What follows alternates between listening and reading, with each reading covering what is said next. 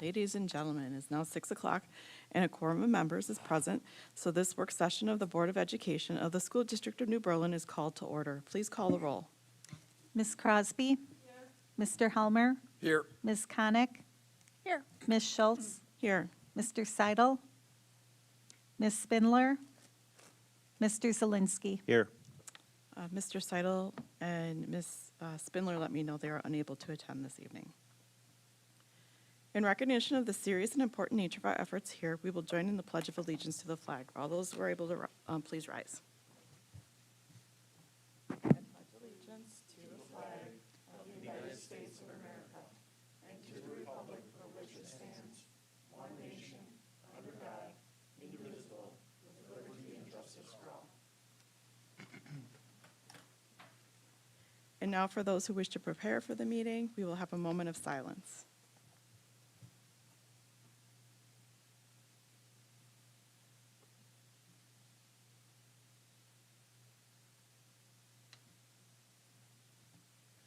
This is a public meeting of the Board of Education. Prior to this meeting, notice was given to the public last Friday by posting the agenda at each district school, the district office, and the city library. The agenda was also posted on the district website. Copies of the agenda were forwarded to the Waukesha Freeman and the Journal Sentinel, which have filed requests for all public notices. So we'll begin our work session, Unpacking Act 20, Early Literacy in the State, County, and School District. Yeah, at this time, I'd like to introduce Dr. Will Flanders, who is the research director at the Wisconsin Institute for Law and Liberty. Together with the education policy team, Dr. Flanders conducts econometric research on the application of Will's principles of freedom and liberty to the educational system in Wisconsin. Since joining Will, he has authored or co-authored reports on the return on investment from charter schools, the effects of Act 10 on the teaching workforce, and others. Dr. Flanders' work has appeared in numerous publications, including the Milwaukee Journal Sentinel, Wisconsin State Journal, Politico, National Review, and the Wall Street Journal. Dr. Flanders holds a PhD in political science with a specialization in American politics and public policy from Florida State University, as well as a master's in political science and another master's in applied American politics and policy from the same school. He earned his BA from Valdosta State University in Georgia, his home state. With that, I'll hand it over to Will Flanders. All right. Thank you, Joe, so much for the opportunity to speak to you guys here tonight. Let me check the clicker. So just a little bit about Will, for anyone who might not be familiar. We're a law and policy center located in Milwaukee. If anyone's familiar with our stuff, they're probably more familiar with our legal work. We do a lot of work in school choice. We also have a Restoring American Education project that's focused on reforms in the public school system and a host of other areas as well. I work on our policy side. I always tell folks, you see our exciting lawsuits and then you see a boring white paper. I'm the one that's doing the boring white paper, but we'll try to make it a little more entertaining for you guys here tonight. But we work in a lot of areas on the policy side as well.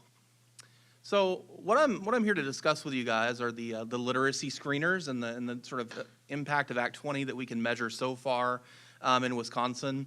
Just to set the table a little bit, these literacy screeners that we're going to discuss were required under Act 20, and they're conducted in grades K4 through 3rd. They're the same throughout the entire state of Wisconsin, and that's important because we can obviously make comparisons between school districts. It's not as if districts are selecting their own, that varies. And for the first year, so for the data that we have here today, we're looking at just the screener that was conducted mid-year and in the spring. There wasn't time to do the screeners in the fall because I think it's sort of too soon after the passage. But in future years, there'll be 3 screeners per year.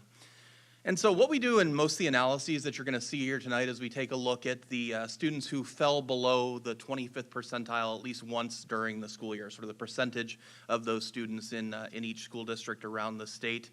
A student may have improved their performance and not fallen below that percentile the second time around, or vice versa. They may have regressed and fallen behind it the second time.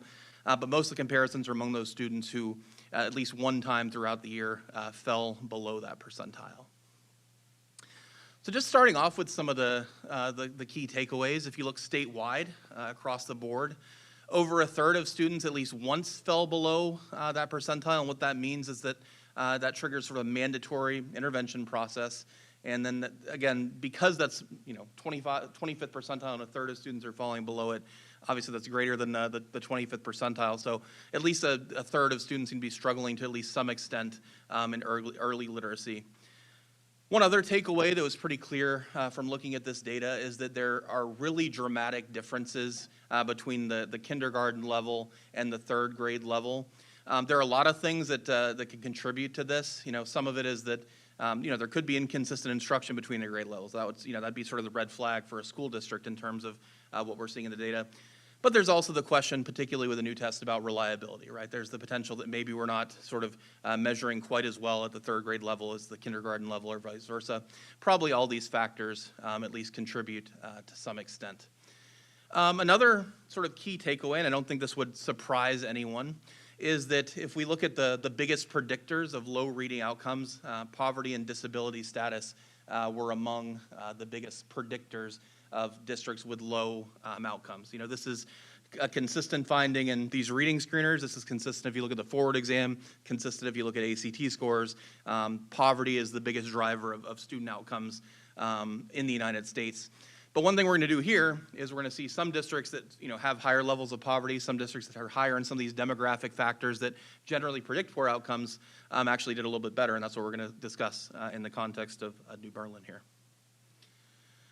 So what insights can we gain from comparing the 5K and third grade results? It's important to note, since this is the first year of the test, obviously this isn't student growth over time. This isn't the same kid being compared from one year to the next. But we can sort of gain a picture to some extent of sort of what progress is being made over the early grades as we look at one grade compared to the other. Again, we note that students enter with wide variations in the share that are below the 25th percentile, but the figure that you see up there shows the count of districts with the share of students below the 25th percentile, and it's sort of a normal distribution. So there seems to be a wide variety or sort of a varied picture across the entire state, but it does suggest there's some measurement, accuracy going on here, that we have sort of this normal distribution of how the districts align.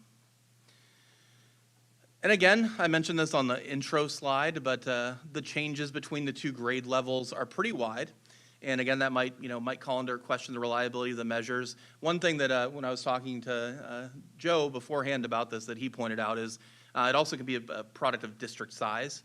So if we have some really small districts where there are a very small number of students that are included in this measurement, obviously that can lead to wide variations as well, and it's important to note that. But what we're looking at here in Table 2 on the screen is the change in percentile rankings. So the districts that saw a higher percentage of students falling below that 25th percentile in 5K on the left-hand side, and then on the further right, the share of students below that percentile in third grade. And we have the two columns that show the districts that did the worst and the districts that did the best in that. And again, they're huge changes. When we look at Pittsville, we see 32% falling below that threshold in 5K, and then 68% in third grade.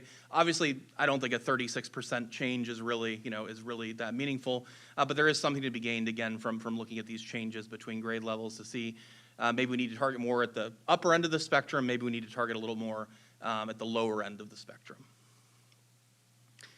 So some good news, we as an organization have talked a lot about what are we getting from the forward exam now that DPI has changed the proficiency meaning. Obviously, it's gone way up. We went from in the 30s in terms of the students that were proficient in ELA statewide to about 50% overnight, almost purely based on the changing in of the standards.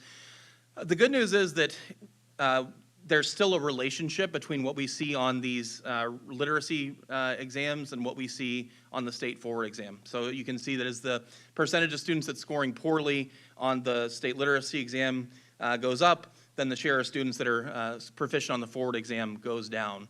So what this means is that districts that have more than 25% below the a higher percent below the 25th percentile on the screeners also tend to exhibit lower forward exam proficiency. And so if you're trying to forecast ahead, what will this mean for the district's forward exam scores going forward? Well, if you're doing poorly on that, then you're likely to see, poor forward exam scores coming up in the future.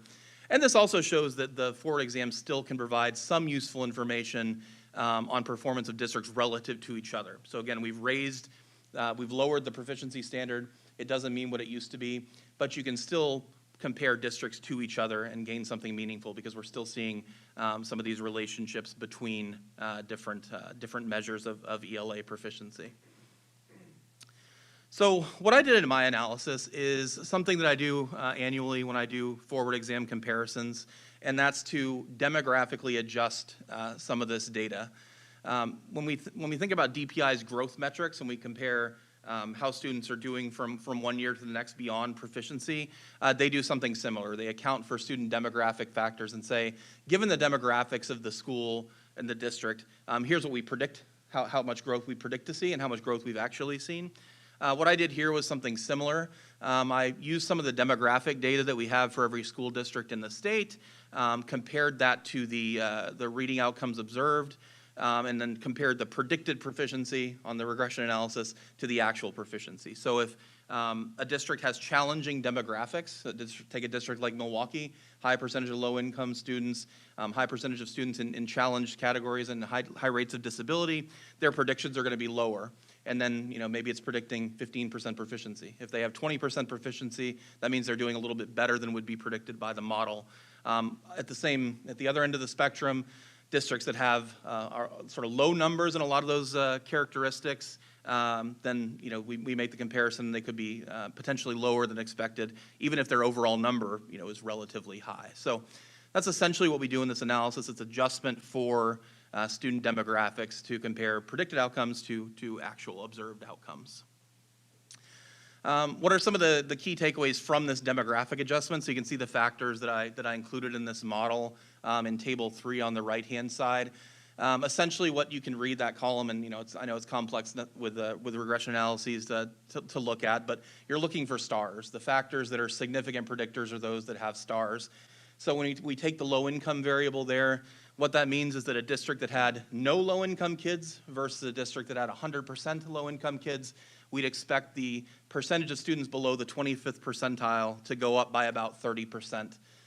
But again, what you see with the two variables that have stars there, as I mentioned earlier, disability rate, low income rate are the two biggest predictors of the number of students that are sort of struggling in reading here.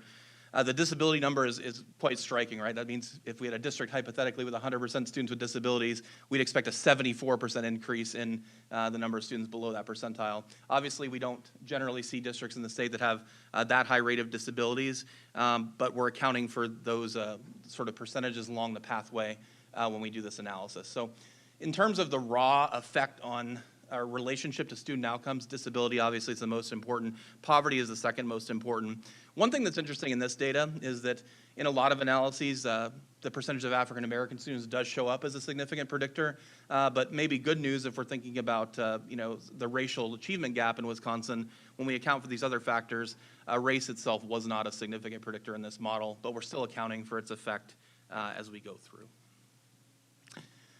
So there's a lot of data on this slide. I obviously won't go through all of it, but again, what we're sort of looking at here is the difference between what was predicted versus the outcomes that were observed. And you can see again on the left-hand side the districts that were the worst performing, where their prediction was pretty high and their actual outcomes were relatively low. And then the districts on the right-hand side are the 10 highest performing districts in the state, where their prediction was pretty low and their outcome was pretty high. I'll just point out, one district that's done similar things to what you guys have as being early implementers of the science of reading is Cudahy. It's a district that has pretty challenging demographics, but you see on this metric they were the third best relative to their prediction in the state. Over half of students over half of students were predicted to be below 25th percentile, but only 23% were. So that's sort of an indicator that going in this direction can be beneficial. And it was interesting to see that district rise to the top there. So now we get to the stuff probably more interesting to you folks. This is the local stuff about Waukesha County. So the school district of New Berlin here performed the highest compared to its prediction in the county. So these, you can see the districts in the county on the right-hand side here. And the predicted percent below the 25th percentile was about 30%, 29.46%, but only 13% of students were below that threshold. The next highest was Elmbrook, where there was a 12% gap, but there was a 15% gap here in a good direction between the expected outcomes and what was actually observed in the data. I have a link, and I think you guys have access to the actual slides. You can see the ranking for all of the districts in the state at that link. But New Berlin is 21st compared to all the other districts in the state of Wisconsin that are K-12. Obviously, the K-8s and the high schools are on, well, we don't have high schools in this set, but all the K-12 districts in the state, New Berlin was 21st in the entire state, so a very good performance. I was saying beforehand, I spend a lot of my time criticizing school districts when I do talk radio and stuff. This is like one of the few times I get to actually come and praise district outcomes. So, but it's good to see the work that's going on here in a positive way. I think I went backward, or no, I'll go forward. So again, this is sort of I think it's a repeat slide here. We got that in there twice. I apologize for that, but just sort of looking at the demographic trends and why we may be seeing this in New Berlin overall. So we're seeing a slight overall trend of increasing enrollment, which is a little bit different than the rest of the state, although it's sort of just pretty stable, right? It's not a huge increase. We're seeing the sort of share of English limited proficiency students is going up over time a little bit, and then we're seeing obviously an increase in the special needs students specifically. We've gone from 9% in 2021 to 11% of students diagnosed with a disability today. So again, when we think about those factors that are contributing to the predictions for each district, having more special needs students obviously means that it's a more challenging demographic to deal with, and that's what we're seeing growth, particularly in here. I don't know, Joe, is there anything else you want to point out on this slide, particularly about like what's growing? I think the biggest driver that's sort of creating challenges is the growth in disability rates. And again, this is something we see, all over the state, right? And all over the country. There's been increasing focus on the number of students diagnosed with disabilities and whether or not maybe we're doing some overdiagnosis in some instances, but we're seeing those percentages going up across the board. Do you have a question? Yeah, does this include K4 then, too? So account for that jump from 4,300 to 44? Okay. And this just shows where New Berlin ranks relative to other districts in terms of the percentage of English language learners. We've gone from 2% to over 3.5% over the past 4 school years. So, that doesn't sound like a huge jump necessarily, but it is it's a large percentage-wise jump, and the district has moved from sort of the middle of the pack towards the top, towards the top in terms of the number of ELL students. Obviously, Waukesha is still a good bit ahead, but there is an increase there as well. So again, more challenging demographics to deal with district-wide as time moves on, particularly in reading. And again, a similar story here, although maybe not quite as much movement. The district is sort of mid-pack in Waukesha County in terms of the number of students with number of students that are economically disadvantaged. But again, it's not a low percentage. You look down at like Arrowhead or Elmbrook, right? The percentage here is significantly higher than what you see in those districts. So again, while it's not anywhere near like the most challenging demographics that we see districts dealing with throughout the state, there certainly is some challenges there in terms of economic status. And then we have the IEP numbers sort of going up over time as well. Similar story, not so high relative to every district in the county, but again an increase over time. So what are some conclusions from this? Well, I think statewide, if we look sort of globally and take a step back, there are pretty big challenges statewide in terms of literacy, right? We see this when we look at the forward exam scores. We see this when we look at the NAEP, where Wisconsin has sort of fallen relative to states like Mississippi across the country. We used to be way above a state like Mississippi. Now in 4th grade reading, we're actually below Mississippi in terms of reading outcomes. So the Act 20 data doesn't do anything to change that. It shows where the problems are. But there are very different trajectories. There are districts here like New Berlin, like Cudahy that we discussed as well, that seem to be on the right track and doing things that are showing up in the data and moving in a positive direction. And again, a district like New Berlin is beating the odds to some extent when it comes to what we expect versus what we're seeing on the forward exam. So with that, I left a few minutes for folks if you have any questions or comments. And if you have questions as a follow-up, feel free to reach out to me on email that I have on the screen there. So. All right. Any questions? All right. Okay, thank you guys.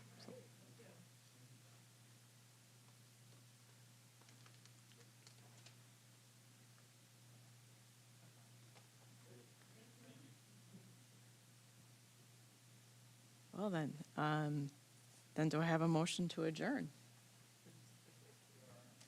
So moved. I have a motion by Mr. Helmer and a second by Ms. Crosby to adjourn the work session. All those in favor, raise your right hand. Motion passes. So we have a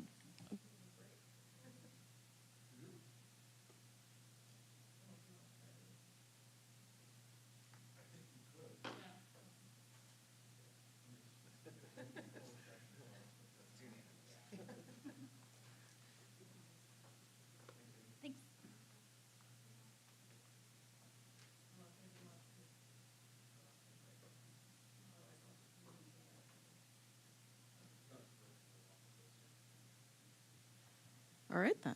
Ladies and gentlemen, it is now 6:21 PM and a quorum of members is present, so the meeting of the Board of Education of the School District of New Berlin is called to order. Please call the roll. Ms. Crosby? Here. Mr. Helmer? Here. Ms. Konick? Here. Ms. Schultz? Here. Mr. Seidel? Ms. Spindler? Mr. Zelinski? Here. I would entertain a motion to recess to closed session. I move to adjourn into closed session pursuant to section 19.85, 1C, E, and F of the Wisconsin statutes to consider A, an executive session, discuss approve superintendent contract extension, B, the approval of closed session minutes of March 9th, C, discuss approve certified staff and administrative conducts, and D, the employment performance and compensation matters pertaining to staff. Second. Oh, hold on a minute. There's one more. Is there still discuss approve employee Oh, handbook? sorry, yeah. E, discuss approve the employee handbook. Okay. I second. All right. Have a motion by Ms. Crosby and a second by Mr. Zelinski. Please call the roll. Ms. Crosby? Yes. Mr. Zelinski? Yes. Mr. Helmer? Yes. Ms. Konick? Yes. Ms. Schultz? Yes. We are moving into closed session. Return to open session around 7 o'clock. Yeah. Usually that one's the last one.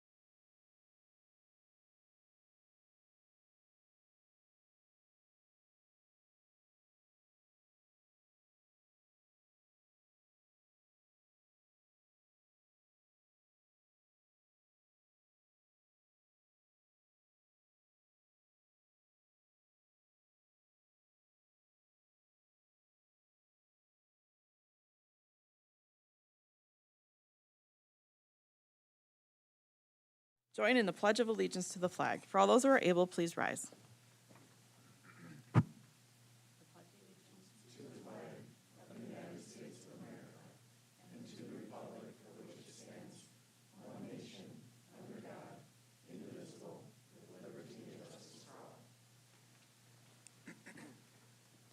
And now for those who wish to prepare for the meeting, we will have a moment of silence.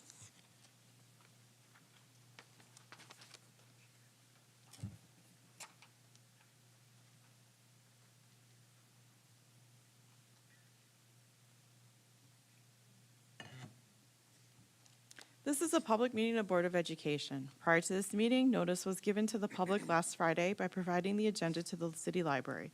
The agenda was also posted on the district website. A copy of the agenda was forwarded to the Journal Sentinel and the Waukesha Freeman, all of which have filed requests for all public notices. First up this evening, we have a recognition of the West Wrestling State Qualifiers. I'd like to invite Cody Smith, our Director of Activities and Athletics at New Berlin West.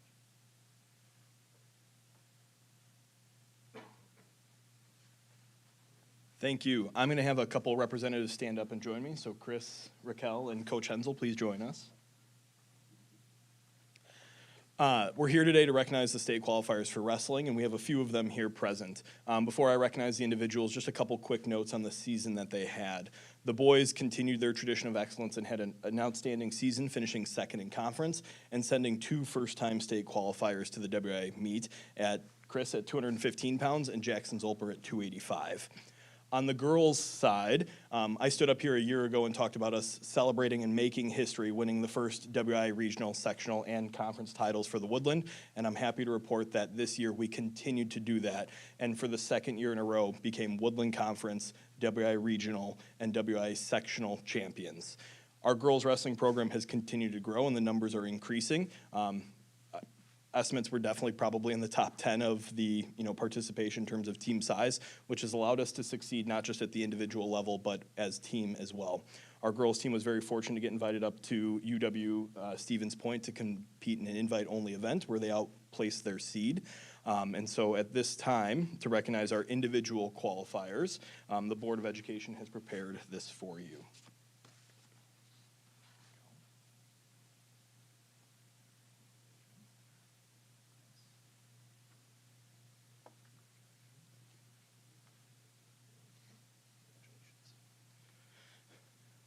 One other quick note, joining our qualifiers that could not be here tonight, we have the Poplawski sisters, Olivia and Amelia. Olivia is a freshman, qualified for the first time, and Amelia qualified for the third time, finishing third on the podium, which gives her 3 trips to state and 3 podium finishes, and finishes with a career record of 147 and 23, as well as Bella Ortiz, who qualified for the first time, who could not be here tonight.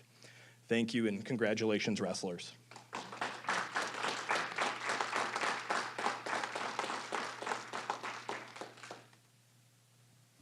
Well, next we have privilege of the floor. Do we have any this evening? No. All right, thank you. I don't have a message or announcements, so we'll move on to the administrative team report. Yeah, so thank you, congratulations once again.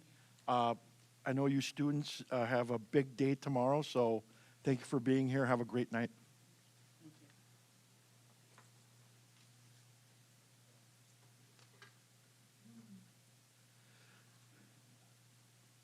So now I'd like to introduce the New Berlin West administrative team.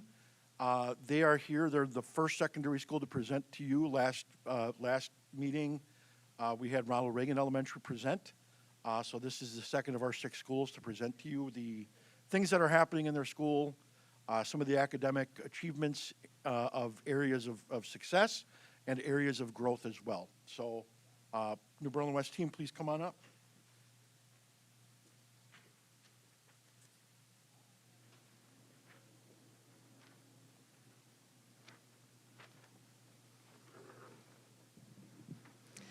Okay, good evening. I'm Associate Principal Trudy Whalen, and I would like to begin by thanking all of you on behalf of our New Berlin West administrative team, Principal Mark Otto, Associate Principal Greg Depew, and Athletics and Activities Director Cody Smith for the opportunity to share the work taking place at New Berlin West, along with a few recent achievements that we are particularly proud of.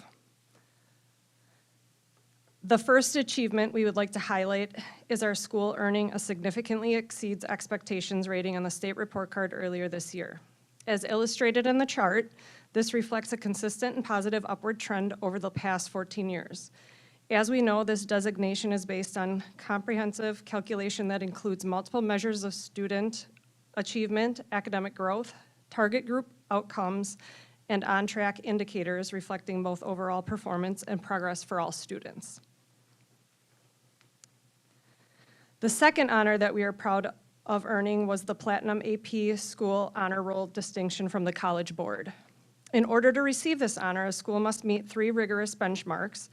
At least 80% of a graduating cohort must take at least 1 AP exam during high school. 50% or more of the graduating cohort must earn a 3 or higher on at least one of the AP exams. And 15% or more of the graduating cohort must take 5 or more AP exams over the course of their high school career, with at least one of those courses taken in either 9th or 10th grade.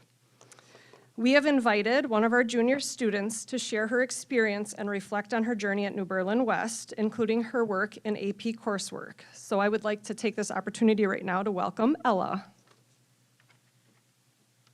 Oh, this is really tall. You can move it down. Sorry. Thank you. Okay. Hi, everybody. So first, I just wanted to say thank you so much for approving of the Young People's Continental Congress trip with Miss Jecka this summer. I am beyond excited to be able to go, and I just wanted to share a little bit of the journey that brought me to this accomplishment. Last year, I took AP Psychology and AP Human Geography.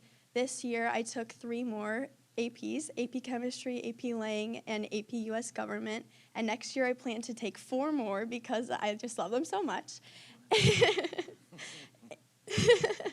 Not only did these broaden my global perspective and help me realize that the world is so much bigger than myself, but it helped me channel my passion for helping others into a future career of becoming a civil rights or humanitarian lawyer. And I continue to take APs next year. Back up. Thank you, Ms. Whalen. Nice job, Ella. Okay, good evening. The celebrations that you just heard are partially possible through the hard work of the staff at West. To that end, teachers are wrapping up the first year of SAIL. And what you see here in front of you is the theory of action. This, in a nutshell, says that if we intentionally implement a specific strategy and collect data, analyze it, and ensure that we act on that information through professional learning so that we are, as a staff, aligned with the work moving forward. If we do these things with fidelity, we will reach our goal. And what is our goal? Our goal is an average ACT composite score of 23 by the spring of 2030. Which seems like a long way away, but it's 2026. So what is the strategy that we're focusing on at West? Specifically, we are learning about the implementation of metacognition. In layman's terms, you can think of it as thinking about thinking. It is the ability to think about monitoring and regulating your own thinking and learning processes. To that end, what you see up here is a summary of the work we have done so far this year, our first 3 100-day plans. August through November was diving into data and using that to identify and develop our focus metacognition for our work moving forward. November through March was implementing that metacognition, or thinking about thinking, in the classroom and taking data on that work. And now we are in the middle of our third 100 days, continuing to develop our work in metacognition as we take steps to embed this strategy and begin to see its effects on academic achievement. I would now like to introduce to you Ms. Meg Gardner. Come on up here, Meg. Meg is a business teacher at West and will give you an idea of how metacognition has made an impact in her classroom. Ms. Gardner. Thank you. Nice to see you all. So I'm going to talk to you tonight about what I did in my own classroom. So every year we have to choose an SLO, which is a student learning objective. And this year, for the first time, I decided to work with my retail operations management students. Every year they take the Ask Marketing Functions exam. It's It's an industry standard exam. It's put together by the Ask Business Institute. It consists of 100 multiple choice questions, and it has the ACT connection of reading and comprehension, as well as vocabulary. Those that pass this test, they receive an Ask certificate, and they can use, these students can actually use this in their resume, portfolio. It's very specific and connects directly to career path positions. So not only is it good for us to understand what the learning is in the classroom, but they take this forward, and this is something that they can use in their future. So this year, what I decided to do was, at the pre-test, they take it before there's any learning involved whatsoever in the classroom. Mid-year test, I decided this year to utilize a metacognitive strategy in January during the semester exam period. And right before that, for those 16 days in January, I used a study skill. So breaking up learning into smaller chunks on a daily basis, every time they would come into the classroom, they would have smaller learning and review. This is known as spaced practice. So I'm just going to show you some of the mid-year results that I had, which I found really interesting. Again, this was the first year I did this with this class, but there's something that I can show you in the end that is really interesting. Beginning of year, the boys score, so I had 2 that earned a 1, and then through up to 8 that earned a 4. So they already had a good idea of the content. But the middle of the year score is really interesting there too. You can see that there's still 1 red score there, but one student that went up by 3 questions, he has an IEP. He stayed at a 1, but having those 3 questions plus was wonderful for him. The other student that was in the red, he's an ELL student, and he went up by 10 questions, and actually that moved from a 1 to a 3, which is terrific.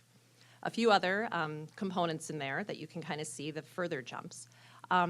But overall, from my beginning of year score to my mid-year score, it moved from 36% having a 4, which would essentially achieve that certificate. We went all the way up to 64%. And because this is my first year, I didn't really have another, apples to apples comparison. So instead what I did is I looked back at my last year's class, ROM, just to see what was the overall pass rate. Well, last year I had a 63% pass rate, which was really interesting to me because that's essentially where I am right now at middle of year. So I do really believe that metacognitive strategy, it had a big help. Thank you.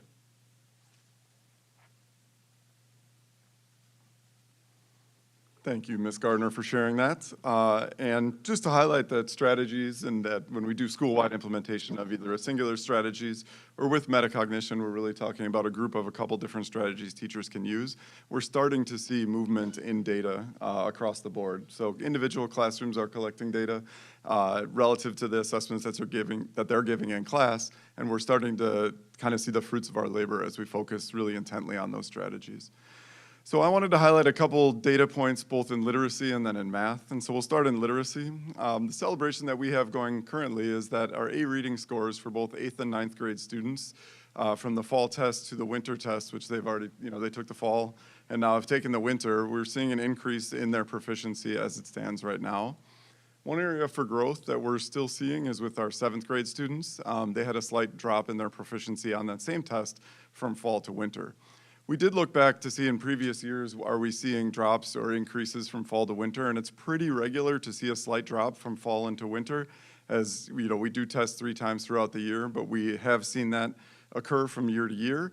Part of that is due to test fatigue or students taking multiple tests, but part of it is also that the tests do get harder. So they're scaled for the student, and so as they do well on the fall test, it will make it slightly more difficult in the winter. So we're used to seeing a little bit of regression, but what we did do is using our building leadership teams as to identify students that could use individual support, and then beginning small groups during our flex time, which is in the middle of the day, to target individual students and see if we can't, get their data turned around and boost their test scores.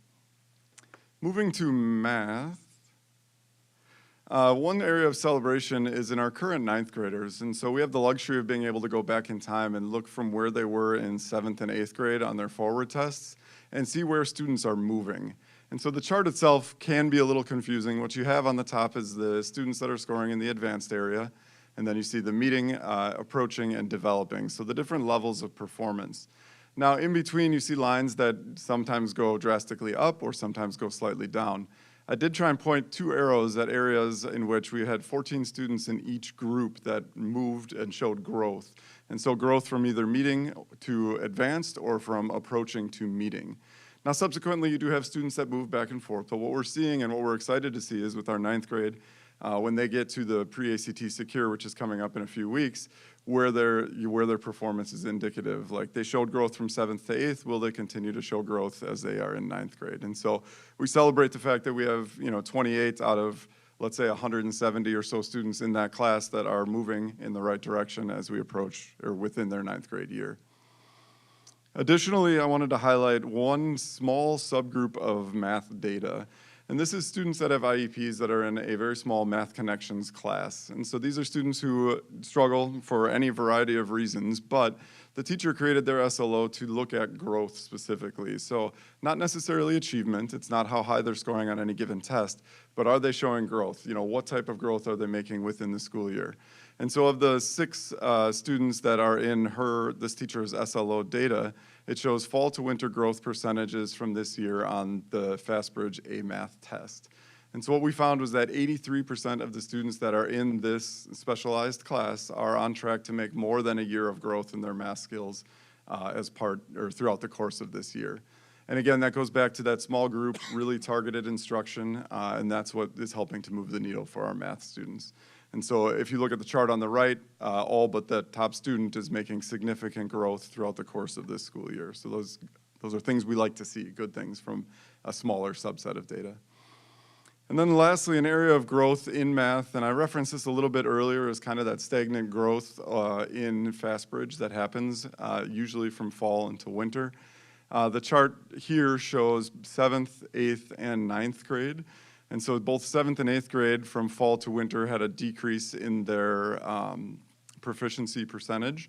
9th grade had a slight increase, which again, if we go back 2 slides, we saw 9th grade was showing improvement from 7th to 8th, and now it tracks that they will show potential improvement within their 9th grade year. But we do have, we do take note of 7th and 8th grade dropping in proficiency from fall to winter. And again, we come back to kind of the same strategy that we have in our literacy, is to share that data with our building leadership team and then see how we can target small groups through our flex period to find the students that are in need of support and find ways to kind of turn them around and get them the support they need. So thank you, appreciate working through a couple slides of data with you. I'm gonna turn it over to Mr. Smith, our athletic director. Thank you, Mr. Otto. I know Oliver does a great job updating you all on the comings and goings of New Berlin West. So hopefully this is just kind of a quick recap of all the great things that we've done since the last time that we've met. So I've thrown up here right now, we continue to have strong. I really should have put 75+%, as spring sports are really just getting going here. We'll have a handful of new registrations, so I expect that number to climb here throughout the end of the year. And those students involved in at least one co-curricular opportunity continue to exceed expectations on where they are performing academically. One of the things that we're very excited about in New Berlin West is the return of Vern, as we've dubbed it this year. So we had a really great collaborative partnership between our student council, our yearbook staff, and the athletic and activities department to bring back Vern to spread school spirit as we go through things. One of the opportunities that's new this year is the First Tech Challenge. And so when we look at how our robotics team has competed, you're very familiar with the picture on the right? The 5148 robot that they've been doing for years, and through the work of the Ed Foundation that started last year at Elmwood and will continue next year because of the impact grants at 2 other elementary schools, you can see the Lego League robot that's all the way there on the left. And so what we realized this year is, we're getting that process started sooner, and then these students are coming into our building and they have to jump into the big robot, and they might not be prepared with the skills that they need to be able to do that. And so we implemented for the first time the First Tech Challenge robot, an example of which is in that middle picture. It's a smaller, slightly bigger than a shoebox-sized robot, but you can see now we have a continuum from elementary school up through the secondary level of this robotics opportunity, and to develop the skills, the STEM, and the engineering, and all those pieces that are there. So we're really excited to see how that continuum that is really just getting going continues to fuel that program. From some of our other co-curriculars, Academic Decathlon is continuing the run of excellence that they're on. For 3 years in a row now, they've been Division II state champions, and for the second year qualified for the national competition along their counterparts here at Eisenhower. Our DECA organization, run by Ms. Gardner over one of my shoulders, had 6 individuals qualify for ICDC, the International Career Conference, and a handful of them will be attending that competition in April in Anaheim, California. Our Educators Rising, our student teaching organization that kind of got going last year, had 4 state finalists this year and up to 24 conference attendees. And so we're really excited about that partnership of developing quality educators early on, one of which will be a national finalist for her portion, which was lesson planning for the arts. And our theater program is continuing to grow. We've gone from 2 shows now up to 4, and so we added the gala this year, which was a dinner and a show. And if you haven't caught one, we have Sherlock Holmes, our middle school play, coming up here in May. Since the last time we met, we touched on wrestling, but we've had state place winners in other sports, including tennis and track and field. We've had additional state qualifiers, again, since the last time we presented in track and field, cross country, tennis, swim dive, dance, cheer, and for the first time in school history, bowling. We had enough bowlers this year that the co-opt Ike and West team was able to separate into 2 separate teams, and the West team was able to qualify as a team, as well as one of our athletes placing 11th overall. And again, continued success in cross country, track and field, basketball, wrestling, and volleyball through WI regional and sectional championships. And the last couple highlights to put out there, since, again, I was up here about a year ago, we've had 100 all-conference athletes selected for the Woodland Conference. We've had 4 conference championships, 1 Coach of the Year in Coach Hensel, who was up here earlier. We've been putting an emphasis on leadership development, so the picture there with the female athletes, we sent a group to the FAST conference, which was Female Athletes Stronger Together, and we have a contingency of athletes that will be going up to the Student Athlete Leadership Team for the WIA here in April. And we continue to get media and state recognition. We've had several athletes nominated for, Freeman Athlete of the Week and the Pick and Save Player of the Week. But one particular one that was really exciting was Spencer Phelps here was featured as the Fox 6 High School Hotshot. So if you missed that, please go back and take a look and get a great look at him taking off his football pads, picking up his drum for halftime, and all the work that he's doing with pole vault. Thank you. Any questions?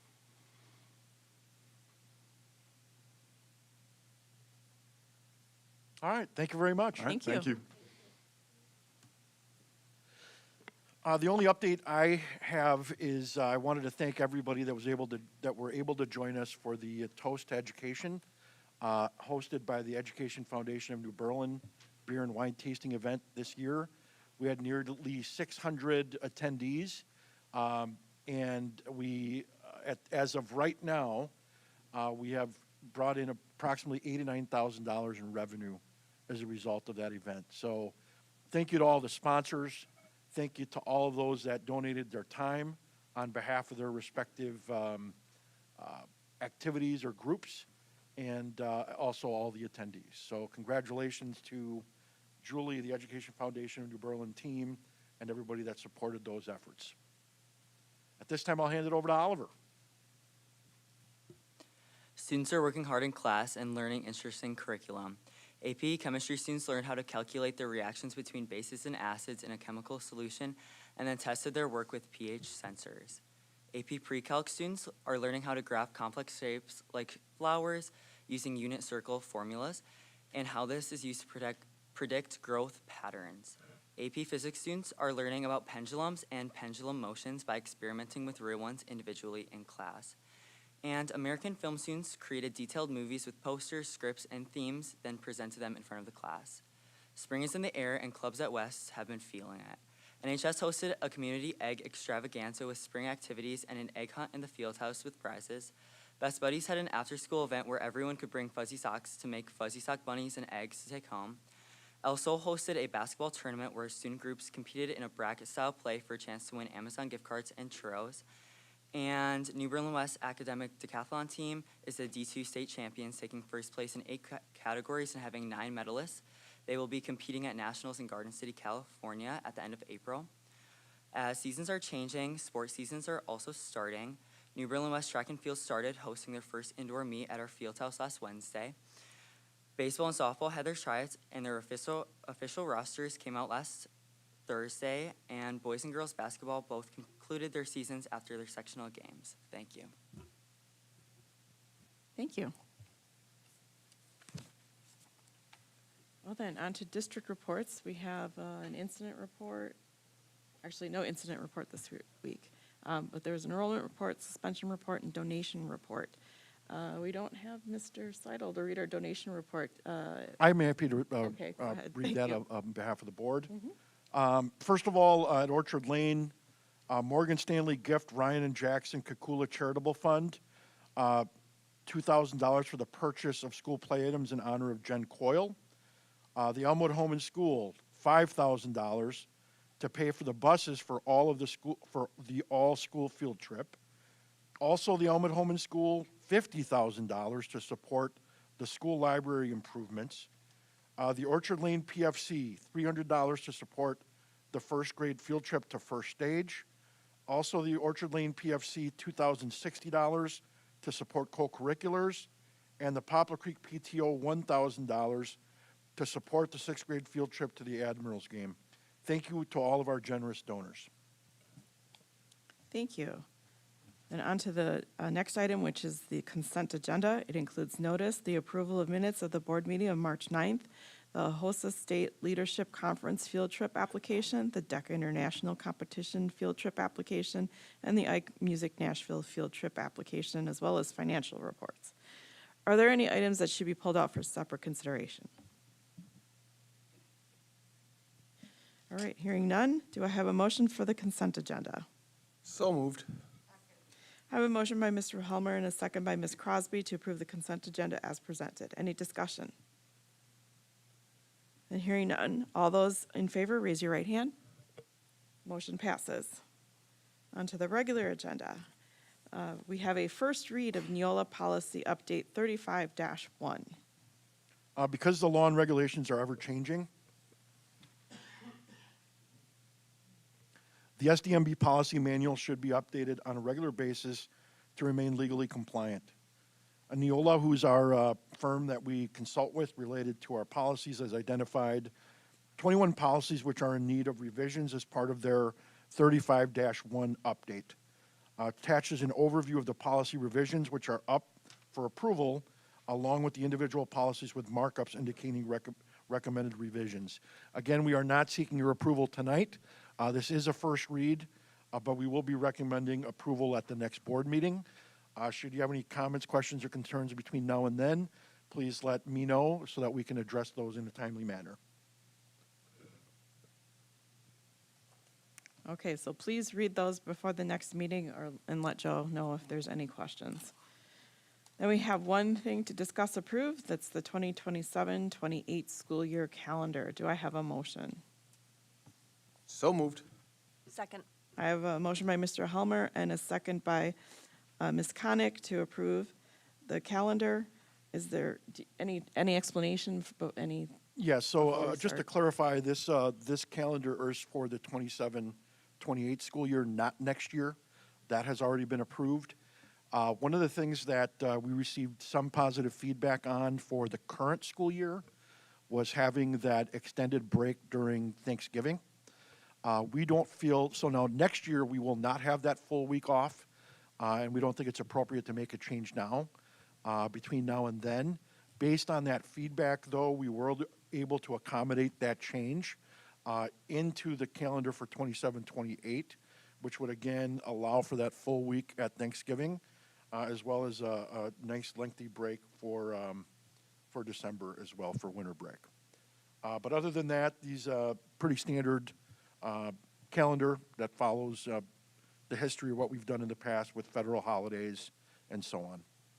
So we do recommend approval of the calendar as presented. Any discussion on this one? Then all those in favor, raise your right hand. Motion passes. And we had a few items from closed session, so we could start those Yeah, motions. actually I have three to start with, and then Matt will have two. I move to approve the superintendent contract extension as presented. I have a motion by Ms. Crosby and a second by Mr. Zelinski to approve the superintendent contract extension. All those in favor, raise your right hand. Motion passes. I move to approve the certified staff contracts for the 26-27 school year, as presented. I have a motion by Ms. Crosby and a second by Mr. Zelinski to approve. They were the administrative contracts? Certified. Certified contracts, as presented. All those in favor, raise your right hand. Motion passes. I move to approve the administrative contracts for the 2026-2027 school year as presented. I second. I have a motion by Ms. Crosby and a second by Mr. Zelinski to approve the administrative contracts for 2026-27. All those in favor, raise your right hand. Motion passes. All right. I move to approve the employment, performance, and compensation matters pertaining to staff as presented. Second. I have a motion by Ms. Crosby and a second by Mr. Zelinski. No, he motioned it. I'm sorry. I have a motion by Mr. Zelinski this time and a second by Ms. Crosby to approve the employment services report as presented. All those in favor, raise your right hand. Motion passes. I move to approve the update to the employee handbook as presented. Second. I have a motion by Mr. Zelinski and a second by Ms. Crosby to approve the updated employee handbook as presented. All those in favor, raise your right hand. Motion passes. All right. So now we have our future meetings and dates. This is just a reminder, board meetings are generally held the second and fourth Mondays, beginning at 7:00 p.m. here in Conference Room E. The next meeting is April 13th, then we have one on April 27th and one on May 11th. Other important dates to remember is that March 30th through April 3rd is spring break, April 10th is the end of the quarter, and May 1st, there's staff in service, no school. Do I have a motion to adjourn? So moved. Second. I have a motion by Mr. Helmer, a second by Ms. Connick to adjourn. All those in favor, raise your right hand. Motion passes. This meeting is adjourned.